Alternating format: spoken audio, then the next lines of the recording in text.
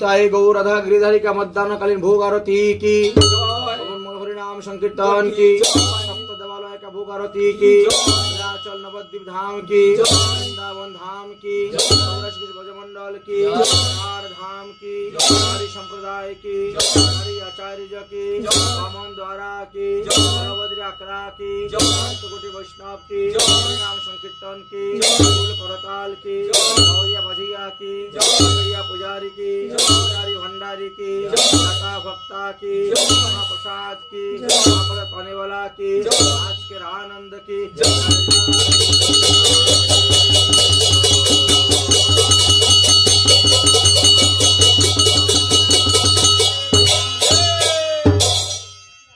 आज 23 नवेम्बर 2025 रविवार आमादेर बाल गोपाल राधा गिरिधारी राधा गोविंद पंचतत्त्वेर भोगराग हये गिয়েছে मध्याह्नकालीन भोगराग।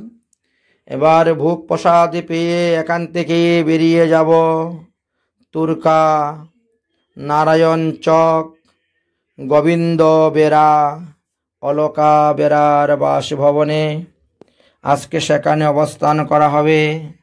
আগামী কাল তাদের গোপাল প্রতিষ্ঠা হইবে এবং দীক্ষা অনুষ্ঠানের ব্যবস্থা আছে। আগামী কাল এবং পরশুদিন 2 দিন দীক্ষা প্রদান করা হইবে সেখানে। জয় রাধে শ্রী রাধে।